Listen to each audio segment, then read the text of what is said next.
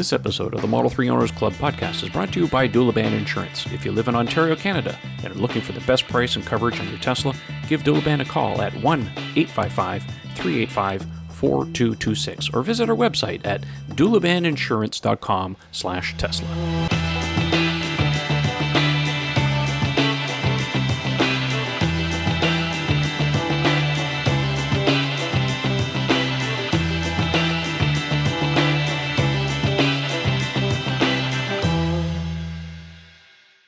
Hey everyone, it's time for another episode of the Model 3 Owners Club podcast. I'm your host, Trevor Page, and this is the podcast we talk about everything Tesla, Model 3, and maybe some other stuff.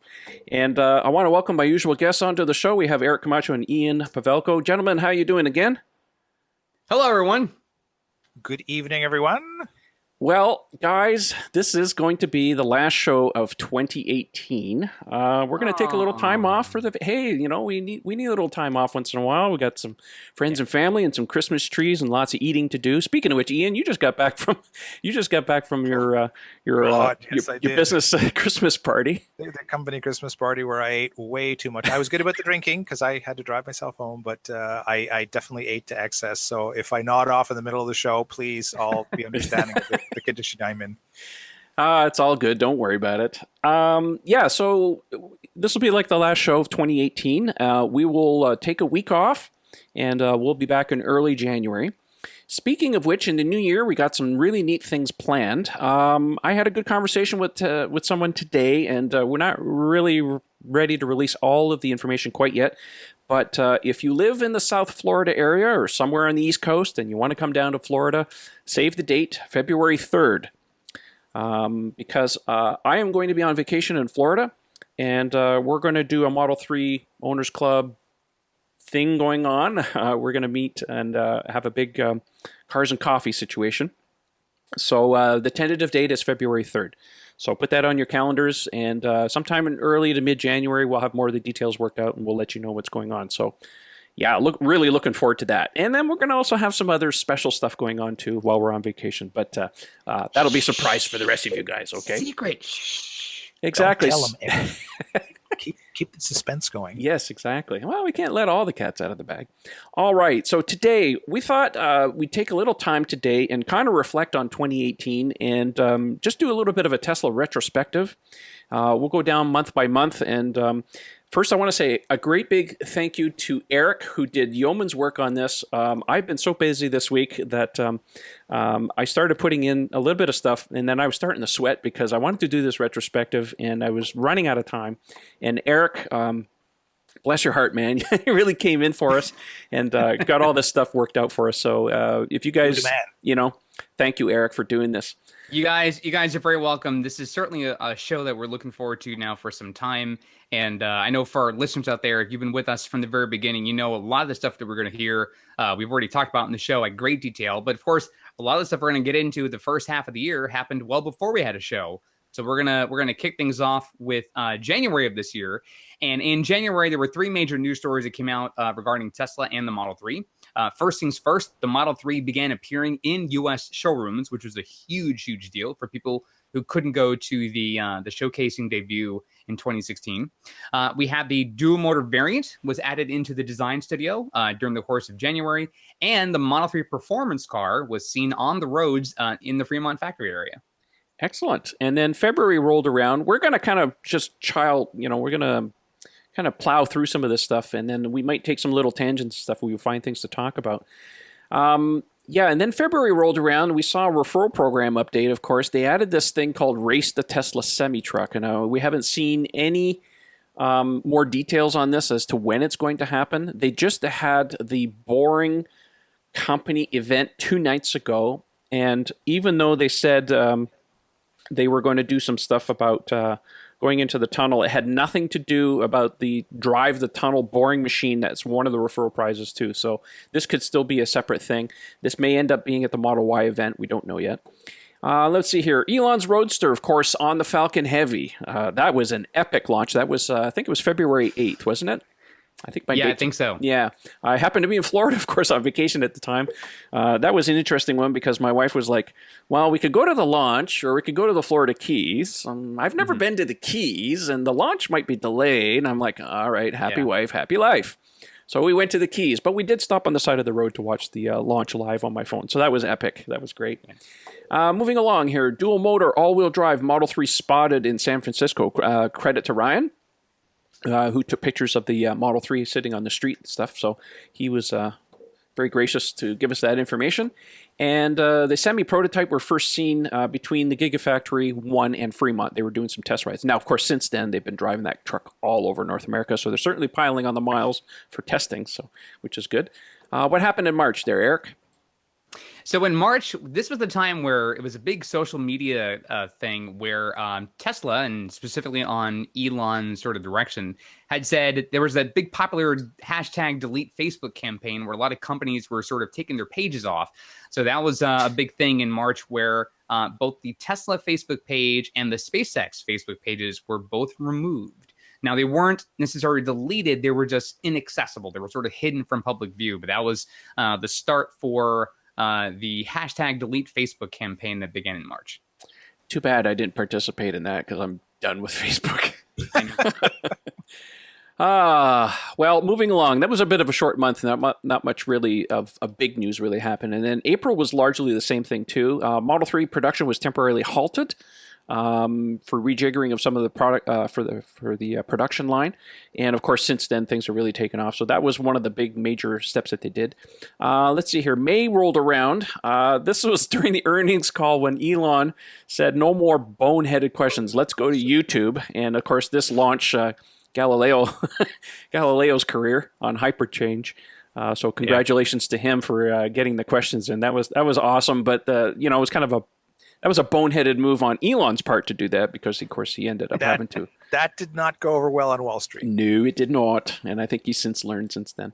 At the same time, Tesla also did some company structure changes, and Consumer Reports was the first to report some of the braking issues on the Model 3. Of course, then since Tesla within a week came out with a fix and fixed that. The first time we've ever seen anything like that. Not the first time for a software update, but the first time they've actually been able to dive into an ABS module of that caliber and do it over the air. So, that was pretty neat. What happened in June, Eric?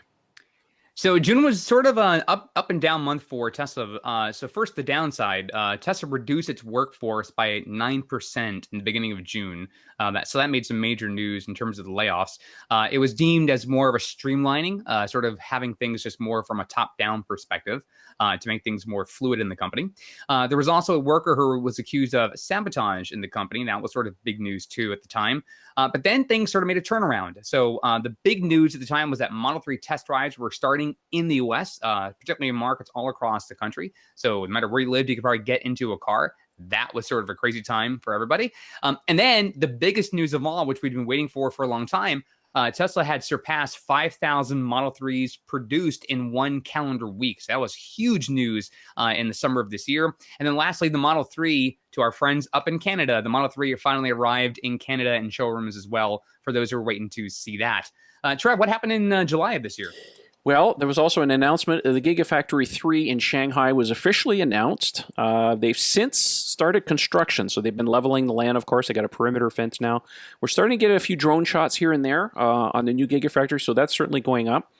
Let's see here. Elon also asked the suppliers for cashback. This was in a case of, of course, the media really blew this one way out of proportion.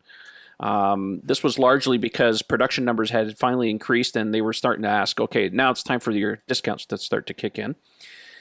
Tesla finally eclipsed 200,000 cars delivered milestone in the U.S., which started the 6-month clock ticking for the federal tax credit phase out, which begins officially on January 1st. It gets halved, so it's $3,700.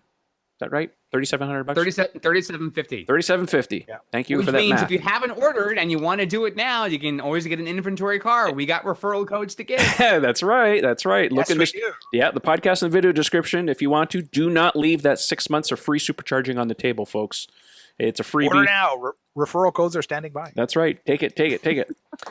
We should point out, just on that, the 200,000 cars delivered in July, that, of course, created backlog gate or lack of demand gate because they were stockpiling cars, as you recall, in lots everywhere in order not to deliver them until July so that they could get that extra quarter in. That's right. And that's when we just scandal that caused. Well, it wasn't just that. It's just the parking lot truthers. I mean, the Tesla. That's it. Yes. The Tesla Q Shorty Air Force came out in droves. Yeah. And it was just look at this. The cars are just sitting there. I mean, nobody's buying them. They're just, the lots are just filling up. Exactly. And Tesla, as they said, they were going to do the right thing, and that's exactly what they did. They held back those deliveries so they could game the system. Look at Amazon. All these factories of all this stuff just sitting around. No one's buying it. What are they, stupid? Yes, the shorters show there's no signs of any of the shorters being reasonable in any shape, way, or form. All right, let's move on here. August. Model 3 white interior debuted. Yay! One of my favorite feature, of course, about the Model 3, and of course a lot of people have certainly been waiting for that. Version 9 finally was released, of course. We saw the Tesla Atari, advent of the games in the car. Elon made the famous tweet, considering taking Tesla private, funding secured. That also happened in August, and it got him in a huge amount of hot water. Let's see here. Model 3 production surpasses 6,000 per week, not sustained, but burst rates. Video streaming vehicles announcement was coming to version 10. Of course, that's in the future. That might be happening sometime next year. So that was an Elon tweet.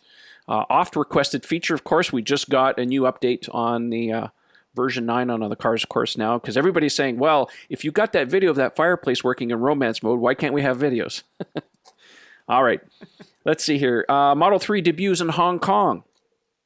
And Tesla also added, in part of version 9, much to Europeans' request, a pin-to-drive feature, of course. Some cars didn't get it quite a ways, but it's recently been added, some other cars, so... All right, September. What else happened there, Eric? Sure. So we've had the first sign. This was reported by Clean Technica, where there were 17 left-hand drive Model 3 VINs registered in the EU. So that was sort of a precursor to seeing cars delivered there sometime. Homologation, probably. Yeah. That was a big thing. Yep. The drive-on nav started that conversation in September as far as that forthcoming feature, which we now know for those of us who live in the U.S., except for people like me who haven't not gotten the update yet. Tesla. But drive-on nav, of course, is now available. At the time in September, it was sort of announced what will be coming. Some big changes in terms of how you can configure your cars. Things like silver and obsidian black were options that were taken off the table and considered now off menu. So you couldn't just order one of those cars online with that color.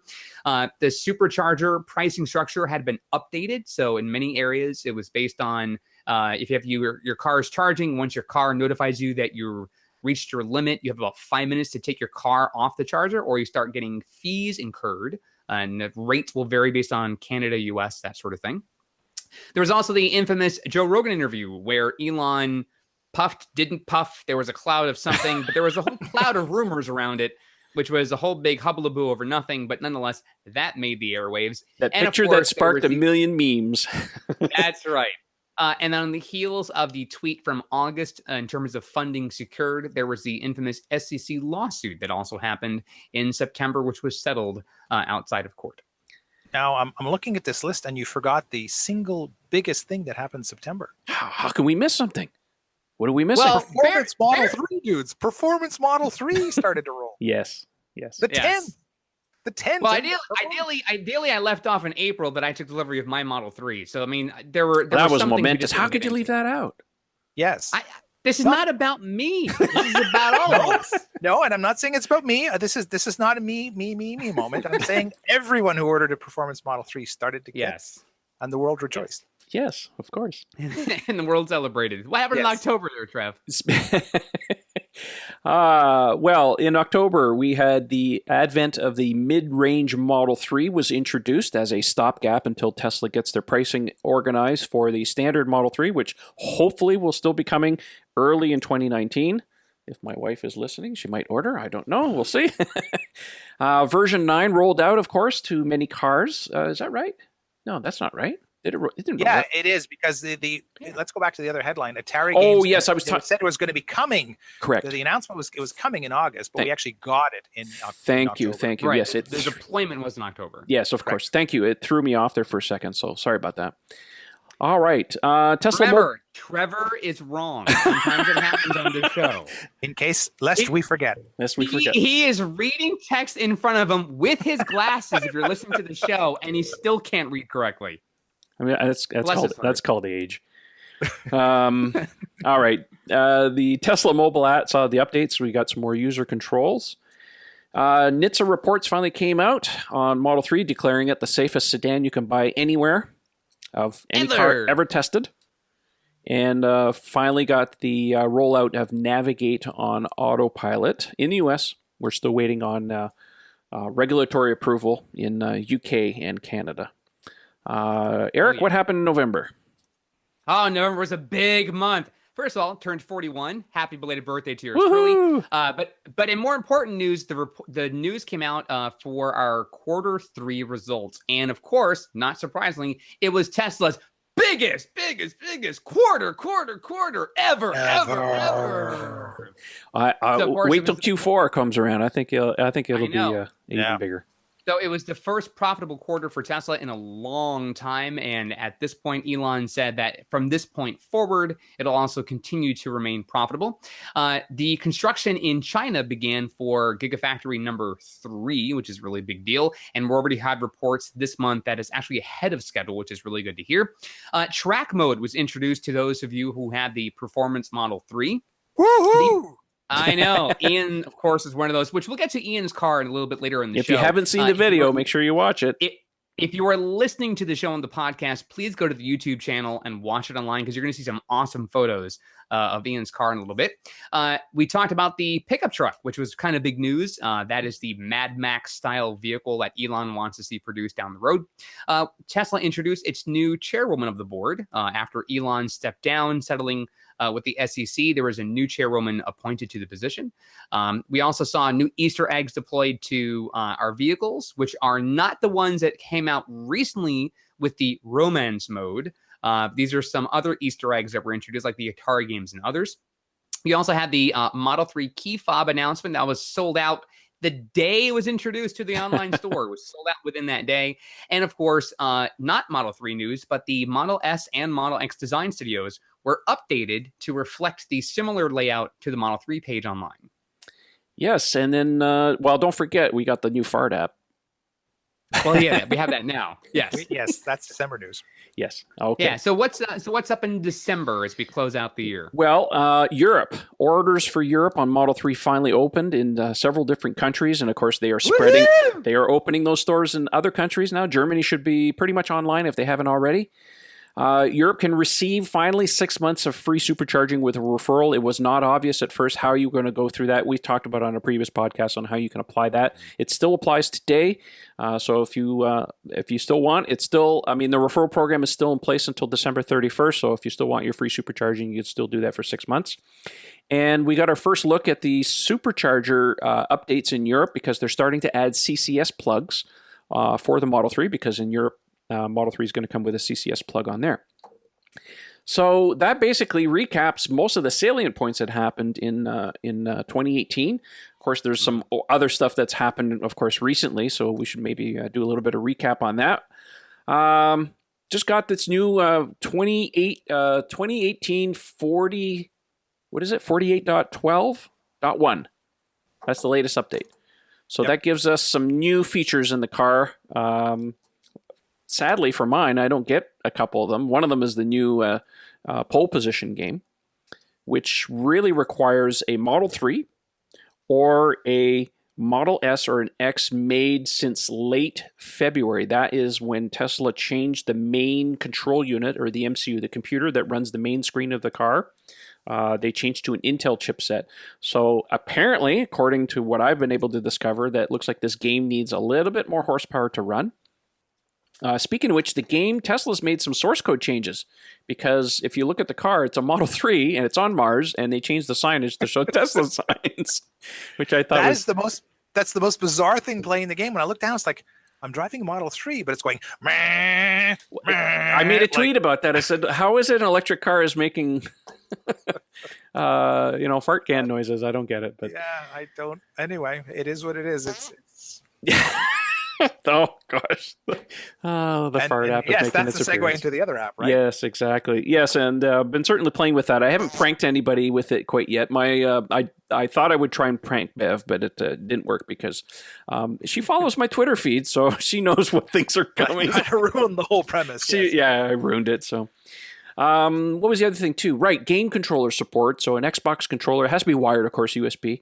I have one. I tested it in my car. Don't work, so I don't get that support either. Sad but true. But literally, the games are not anything I spend any time with my car, so I'm not too worried about it at this point. So let's see here. What else happened in December? Well, the Boring Company event happened, of course, and didn't get a chance to go to that because of the timing. In typical Tesla fashion, or Boring Company fashion, or Elon fashion, is always like, come on down. You got 3 days to get your stuff together. And I'm like, oh, 3 days. It's more like 3 hours. It's ridiculous. So I expect to be seeing exactly the same behavior when the Model Y comes around. So when the Model Y invites go out, it's going to be like a mad scramble to get hotels and flights and stuff organized because Tesla always leaves things to like the last minute. I wish they wouldn't do that, but it is what it is. FineLab has a line of protective coatings that were engineered to protect your Tesla's paint, leather, carpet, plastic, and wheels, effectively blocking all those UV rays and environmental factors before they ever get to ruin your brand new baby. FineLab offers a complete line of car care products and ceramic coatings for both the do-it-yourselfer and professional detailers. Did we mention we also have the world's first self-healing coating? Check us out at finelab.com, that's spelled FEYNLAB, to see the science behind the self-healing. Check out our product catalog and click Contact Us for a free quote from a certified installer in your area. FineLab and Tesla. We were meant for each other. Ian, I want to talk about, well, is there anything else we want to add here before we move on? This show might end up being a little bit shorter than normal. But we had some viewer questions come in, of course. Not too much this week, surprisingly enough, even though we put out a tweet earlier today. By the way, if you want questions answered on the show. Everybody's shopping. Yeah, well, yeah, exactly. It must be Christmas time or whatever. So, yeah, if you don't have anything else, we can just get into viewer questions and maybe we can just talk about whatever's going on in our lives. First viewer question comes from Lauren Francisco. He says, and I'm going to assume it's a she. In this winter weather, how do you go about waterless washing to rid the car of small dirt and grime in certain places? I never knew there was such a science behind microfiber cloths until I noticed visible marks on my PPF from using the wrong material combo. Well, I can certainly fill you in on a lot of that stuff, but Ian, you can too, because this is a picture of Ian's car. Look at this. Yes, this is exactly the kind what of it looked like on Tuesday morning. I know. Well, here in Quebec and Ontario, we throw a tremendous amount of dirt and grit and salt on the roads, which is in some cases can be quite corrosive. So it stands to reason you got to wash your car in the winter months. I have my own way of doing things. Ian, how do you go about it? I'm probably the least qualified to talk about this. I'm an old school bucket of water and soap guy. So I mean, most of the high tech, Tesla cleaning fanatics would look at me as some sort of anachronism. But it works for me. I mean, I just a huge amount of rinsing, and then a bucket of clean water, a bucket of rinse water, lots of soap. Microfiber washcloths, and yeah, that's it. It's not a terribly high tech system. I know yourself, Trev. You've got it down to a science. I know Mr. Bodner has preached all sorts of techniques. He's very big on the sort of semi-dry technique. So I'll let you speak to that, and then I'll explain much more in detail on how that car got that dirty. That's not from roads as we know it. Okay. Well, Lauren, to answer your question, just do a Google search for two-bucket method. That's probably the best thing. I've done my own video on the whole process. In the winter months, what works for me is that when the car, of course, in the winter months when it's cold, you don't wash your car quite as often. For me, in the summer months, it's basically a weekly thing. In the winter months, it might be a monthly thing for me. But I did get in on a recent group buy that allows me to wash the car very quickly in a touchless car wash. That's critical. In the winter months, if you're going to wash your car, please, please, please don't go to anything other than a touchless car wash. So I will generally go into a touchless car wash, once a week, usually on Fridays. And that just basically gets most of the grit off. If there's a lot of grit buildup, and on a Model 3, for example, because the suspension parts on the bottom are a little bit more exposed and you've got that belly pan on the bottom, a lot of grit and stuff tends to build up in that area. So if you can go to one of those hand car washes where you can pull into the stall and you can use the high-pressure hose. So I would use that to get rid of most of the heavy grit on the car, but don't use the brushes. Those brushes that they have in there are nasty, nasty, nasty. So she mentions I'm assuming that's a she here, the waterless washing method, of course. I highly recommend you use Optimum No Rinse, the ONR product. I use that for between car washes.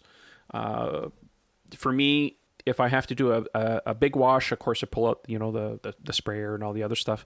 But for between washes in the wintertime, I go through a touchless car wash or one of those pull-in ones where you can use the hose to get most of the nasty stuff off. And then when I come home, then I will use my ONR to actually clean the car.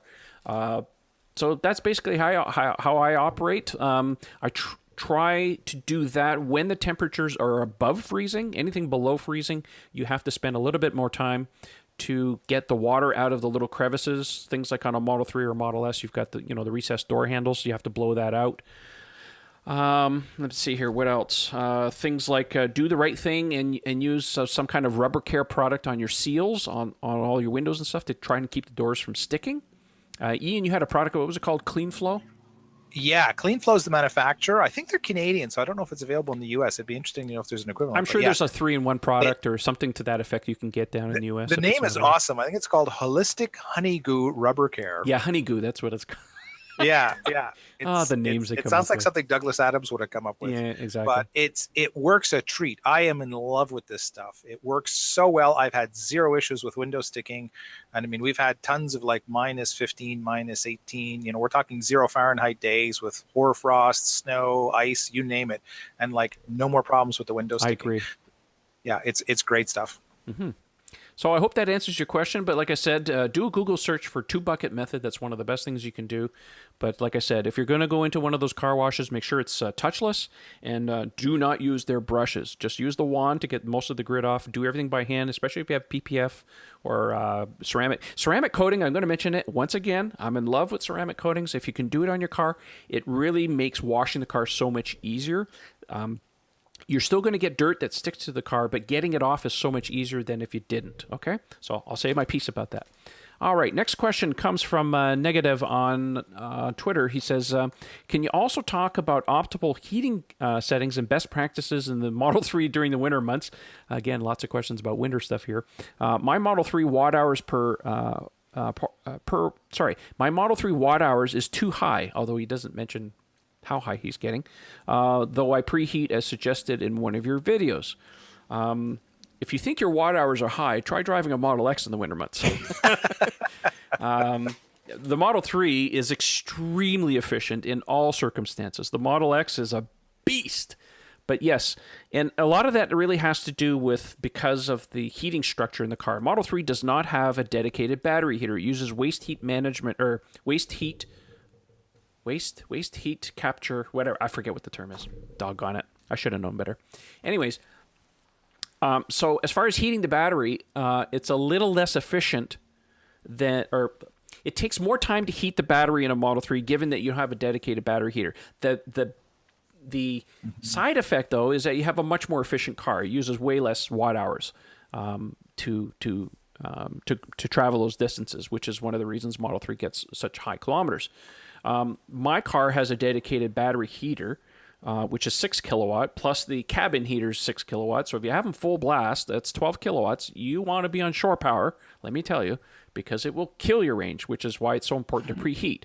Preheating really works if you spend the time, and if it's really cold, do it for an hour. If you don't have much of a choice, at least half an hour. Even on my car, when I preheat full blast, even on an hour, I'll come out to the car and I still don't have full regen. It comes back fairly quickly, especially if you drive the car for a little while, because then you got more fluids and more of the heat is being captured and stuff. So that really helps generate some heat.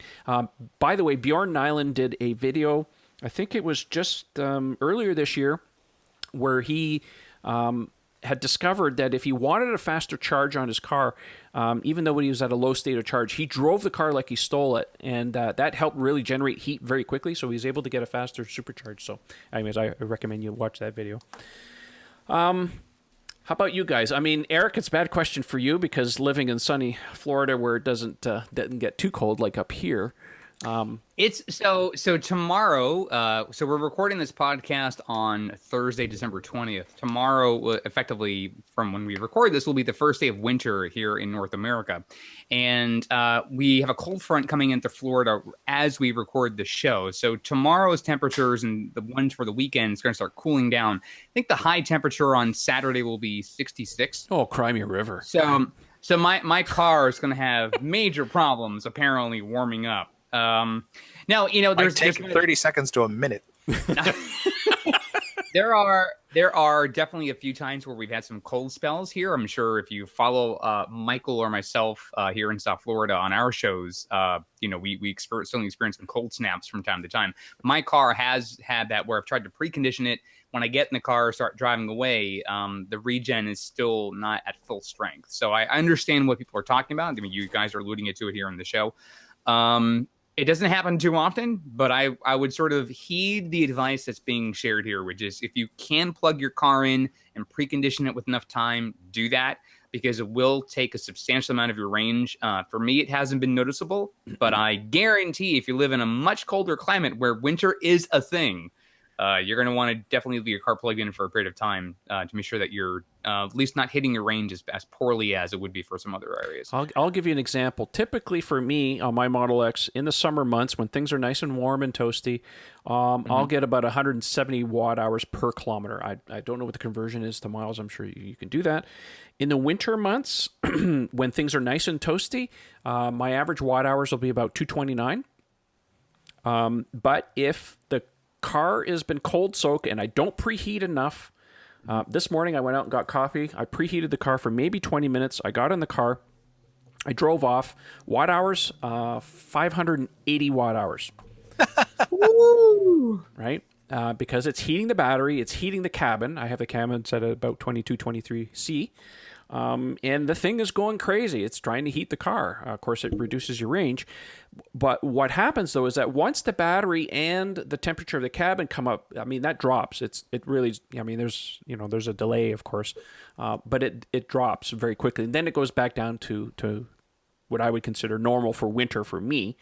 So yes, all of that heating, that energy, it just really sucks everything. So if you don't have the car plugged in, of course, it's going to come from somewhere. It's got to come out of the battery. So yes, preheat as long as you possibly can if you think it's going to be an issue. But it's just one of those things. A winter has a more pronounced effect. I mean, gas cars also suffer from range loss in the winter months. It's just it's less noticeable. It's just one of those things. How about you, Ian? Yeah, the one thing I will add to it that I found has been very helpful is if you're charging regularly at home overnight, schedule your charge so that it ends just around the time you're going to leave, because pumping the current into the battery keeps it warm, obviously. And you're not wasting as much energy. What I found I was doing initially was I was charging the battery when I got home immediately, and now it would sit overnight. It would sit overnight, and it would just draw a tiny little amount of current to keep itself, at that state of charge. So then I'd have to precondition it for half an hour to an hour in the morning if I wanted any kind of regen and to get rid of the little frosty snowflake on the battery. So I was wasting all this energy preheating the car for longer than I needed. If I, however, started charging the car, say, suppose I needed to charge it for 2 hours or something, and I wanted to leave at 8 a.m. Well, I would start the charge at 6 a.m., pumping, that full 48 amp blast of current into it for 2 hours, basically did the same thing. And I only had to preheat the car for 10 or 15 minutes. So from an electricity standpoint, like an energy use standpoint, I'm using less electricity at home that way, because you're charging the fact you're charging the battery will help heat it up. I was exactly the same way, because when I first got my car, I would dutifully plug it in every night, and I had the charge starting at midnight. And in the winter months, of course, because the car's sitting outside and, it's getting cold soaked. And yes, you're pumping energy in it and it's heating it up. But I would find that in the mornings I would come out and the car was always cold. So lately I've changed it now. I actually start charging because I don't drive as much as I used to. I'm finding myself now, I charge at 3 a.m. and the car's still 90% every time I get up in the morning. But now I find that it takes less time to actually heat it up because there is some energy going in there. I will say this, though, in the winter months, if you're visiting someone and you put the car on 110 or 120 volt, don't expect that to heat the battery pack at all. It'll or get any kind of charge. I mean, overnight, it doesn't generate enough energy. It just maintains it. You won't lose, but you won't gain. Exactly. It just kind of helps against that vampire drain that kind of naturally happens with the heating elements and stuff. So basically, just keeps the battery at its minimum temperature. Interestingly enough, this year I have yet to see a snowflake. I would get it once or twice last year, but I have not seen it. But then again, we haven't had really big cold snaps. Like today was like +3, +4. So balmy for this time of year. So Oh, no, I had snowflake this morning. Well, I was going to say that on February 3rd of 2019, if you guys want to escape whatever winter climates you're in and come to Florida, we have pretty nice weather that time of the year. we plan on it. February 3rd of this year, for example, in Toronto was a high of 23 degrees Fahrenheit. We don't worry about that here in Florida. So condition your cars here takes no time at all. So again, folks, mark your calendars. February 3rd here, South Florida. Details to come. Exactly. Hint, hint. Hint, hint. Just saying, just reminding people. Well, gentlemen, I think that brings us to the end of the show. Is there anything else you'd like to add? Closing remarks or anything? Because, this is the last show of the 2018. I got some winter tire stuff, Trev. That Please do. Yeah, I got quite a few questions on Twitter, and I have a ton of observations. I switched to the Nokian Hakkapeliitta R3s about 2 weeks ago. Yes, I know, the holy grail of snow tires, winter tires. So I'll just give everyone if we have a few minutes, I'll just give my thoughts. Take as much time as you want, and then I'll address some specific questions I've been getting. So my advice to everyone generally with winter tires, and anyone who's been faithfully listening to the shows knows that go with the lowest speed rated tire you can stand, because slow, slothly winter tires are your friends on snow and ice. However, Model 3 is a bit of a different beast, and I discovered this because I started out with the Nexen Windguard Sport, which is a V-rated winter tire, very similar in construction and general temperament to the Pirellis that Tesla offers in their factory winter package, or the Continental TS 830, or the Michelin Arctic Alpine. There's a whole slew of these high-speed rated winter tires that you can get, and that's generally what Tesla's recommending. I now understand why. Even though we're in a low-profile tire in this car, I mean, the smallest wheel you can fit on it is an 18-inch with the 235/45/18.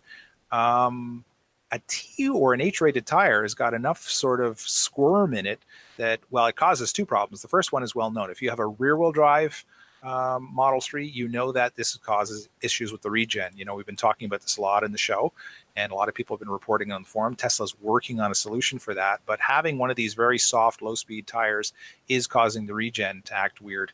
But I found a secondary reason to stick with a high-speed tire, and that is the handling in this car is so sharp and so crisp that going with a T-rated winter, oh my God, the car just feels so sluggish. And it's very Jekyll and Hyde. I absolutely adore the whole Hakkapeliitta family. I've had them for my cars for the better part of 20 years. But on this car, you got to want ice and snow traction pretty bad to go to that tire. It is spectacular on the snow, spectacular in the ice. But on the dry road, the car feels drunk. To the point where Really? I don't even want to use auto steer anymore. Yeah, on a really windy day, I find the auto steer sways. The car has got this little kind of really squishy. Yeah, it's got this little groove on all the time. Brigitte looked over at me. She goes, "What's wrong with your autopilot?" He says, "It's doing this little dance." I'm going, "Yeah, that's the tires." There's so much movement in the sidewall in these, and I'm astonished. I've rarely seen this in a 45 series winter tire, but the car again is so razor sharp that it picks up any little movement in the tire, and you can feel it. So that's something to be aware of. Again, if you're going for ultimate ice and snow traction, my recommendation is the same. Any of these, T or H rated tires, the X Ice, This tire, the Haka R3, they're all outstanding in that condition, but you are going to give up more of your dry road handling in this car, or the feeling of it, than you normally would, because the Wingard Sports, the car still felt sprightly. It was like, yeah, let's go out for a drive. Like you start to push the R3s on the drive. They're like, dude, you're harshing my buzz. What are you doing? Like, just, I'm not into this. They just, no, they do not like it. So if you like it, when the road is dry and you want to have fun, yeah, you're going to miss that crisp feeling of the summer tire. So choose wisely. Fascinating. This is kind of my take on it. Like, if you want to keep that sporty feeling, don't be shy about spending a little bit extra money on the V-rated rubber. It kind of makes sense for this car. The other place I wanted to go is, where did I want to go? Oh yeah, well, we actually got to try track mode out in the wild. This is the reason the car looked so filthy. I was teasing pictures of it, and Trev, you threw it up there earlier, as to why there's all this mud, and there's actually dried earth caked to the back of the car. I had to chisel my license plate. It's typical with Teslas. They got that low pressure zone in the back, and it just sticks to the back of the car. Well, it shows you how incredible the aerodynamics are in this car. So yes, so mud, earth, God knows what all else we picked up, because we did about 300 kilometers on Monday, or give or take, what's that, about 180 miles, all on dirt roads, laying out a route for a rally that I'm organizing here in Quebec in January, and we had this thing going sideways most of the day. And I have to say, track mode on those roads is incredible. Like, if you've seen the track mode video that I put out earlier, where we had a little bit of snow here, one of the first snows in Montreal, I think there's a decent description of how it operates. But we really got to try it in full battle mode, like on rally roads at rally speeds. And by God, is it amazing. The only depressing thing is, if you think that the energy consumption is bad in normal driving, try hitting up track mode with the fan and the cooling pump going full blast. I mean, it was like in the red zone, like how much energy it eats. So I had to sort of use that judiciously in order to make it back. I mean, I barely got 250 kilometers out of the battery. That's what, about 140, 150 miles. Mm-hmm. Now, of course, I'm driving at rally speeds and whatever all else, but yeah, it really sucks up the energy. But the joy of driving this thing, like when you back off the accelerator, the way the front regens so hard and it digs into the corner, and you can do, like, the little the little flick, and get the back end to kick out, and then just jab the throttle and flies down. It's incredible. It's just. I've had a lot of cars that I've driven on these roads over the last 30 years. This is the best by far in those conditions. But I'm going to put it out there, and I apologize, Tesla. I know I sound like a broken record, and you got better things to do, but give us a winter track mode. Just turn off the cooling pump when it's minus 20 out. We don't need it. We just need that killer regen and let the stability control loose. That's all we need. Let the environment do its thing. Yes, exactly. Let the car cool naturally. You don't need to. Well, it sounds absolutely fascinating. I'm looking forward to maybe coming down and doing some rallying with you. I mean, does that mean because you're organizing, you may not be able to race it? Well, what happens is I will act as course opening car. So if you want to come along for the ride, we will be driving at rally speeds, but I won't be competing. However, the good news is in February, it looks like we've lined up an organizer for a second Quebec navigational event for February. And if that works out, you, my friend, are coming down, and we're going to run it competitively. We're going to see what this thing does under fire. Eric is having fun with the fart app. I can see that. Or no, I can hear that. It's more precise. Yeah. Thank God I cannot smell that. Start up romance mode. Speaking of which, romance mode, just so you know, it actually pulls up it's not music that's built into the car. It pulls up a playlist. Mm-hmm. So it goes to a particular channel. I discovered that by mistake while I was. I'm looking forward to getting that at some point if I can get the update. Ahem. Someday. One of these days. So I do a few closing notes. So there were some interesting news that came out actually in the last couple of days. This is something that's going to help a lot of people who are looking to take delivery of a vehicle before the end of the year. Tesla is they're rolling out this week an awesome delivery process called Instant Drive Away.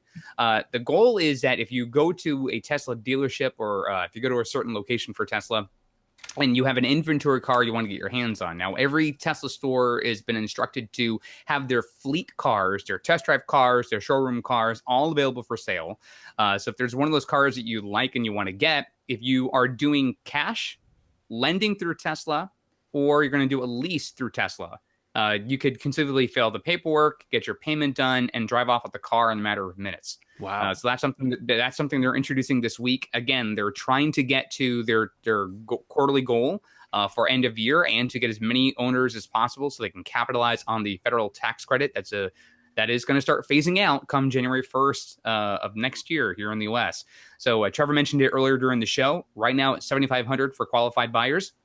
Next year, it goes to a cap of $3,750 that runs from January 1st through June 30th. And then it goes to $1,875 from July 1st through December 31st. Now, here in the U.S., we do have a new government. A new Congress is going to start in January. The program may change. It may be canceled. Who knows? But if you're looking to take advantage of the tax credit while you have it, then by all means, if you're looking to get delivery soon, get a referral code, go to a Tesla store near you, and see what inventory cars you can get your hands on, because you could basically drive the car away in a matter of minutes, which is incredible. Oh. I do want to say it's been a very big year for Tesla, and it's been a big year for the show. So I want to give my heartfelt gratitude to Trevor for asking me to be part of this entire show. Earlier this year, we had some awesome guest stars. Michael was part of the foursome that began this entire process. We do wish Michael all the best with his Tesla Tunity channel. He's been doing great stuff. If you don't already follow him on YouTube, or you don't already follow him on Twitter, please do so. All of his handles are basically at Tesla Tunity, so you can find him there.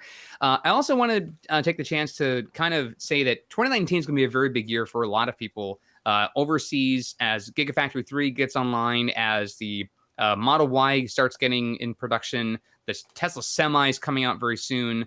Those of you in the EU are going to start seeing more and more Model 3 orders coming in. Hopefully, our friends in the Pacific region will also start getting their Model 3 orders coming in next year. We'll start seeing right-hand drive coming into production at some point next year. So it's been a very big year so far for Tesla, especially for those who have been waiting since the spring of 2016 to get their hands on a Model 3.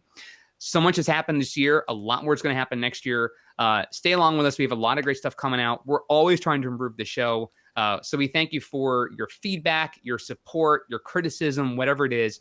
We do want to make this show a great show for all of you. So thank you for following us. And a really huge thanks for all of our sponsors for the show and our Patreon supporters. Without the two of you, we certainly could not put on the show. We don't get paid to do the show. We basically get your gratitude, your support that's out there. So thank you from all of us. From myself, from my family to your families, have a wonderful holiday season. Merry Christmas. Happy Kwanzaa. Festivus for the rest of us. Happy Hanukkah. That's right. Whatever you celebrate, I hope it's a wonderful holiday season. Festivus. We look fat. Happy damn Festivus, okay? Yes. And then we will see everybody again in 2019. So that's all I have to say for now. Excellent. Well put, Eric. Thank you for doing all that that great work. We can add absolutely nothing to that. That's the whole deal. What he said. What he said. This. Right. That's what he said. Well, thank you for everybody for plugging along with us on this show today. And for following us on social media, of course, and the usual places, and for subscribing to the YouTube channel, of course, subscribing to our podcast as it comes out. We're still working at getting it rectified with the guys at TuneIn to pull our feed so that it goes out to your Teslas. I still apologize. They still have not fixed that yet. It's out of my control. So again, as soon as it gets fixed, I will let all of you know. So having said that, I want to say thank you to everybody. We had a fantastic 2018. I'm really looking forward to 2019. I think it's going to be even bigger. We got some great plans for the forum, of course, to grow and expand as the product lines, of course, expand as well. And so it's been a long, it's been a great 2018. Really looking forward to 2019 and the things that we have planned. So having said that, I'm just going to sign off. You can follow me. The Twitter handles at Model 3 Owners, and don't forget to subscribe to the YouTube channel because that just keeps things growing. And we will see you very early in the new year, so have a great holiday and safe and happy new year. Good night, everyone, and we will see you next time In the new year. Follow me at ECFix on Twitter. That's right, and Mad Hungarian on Twitter. Yeah. Yes, Addy and Pavelko actually on Twitter. That's right. All right. Good night, guys. Thanks a lot. Good night. See ya. Goodbye, everybody. Safe holidays, everybody.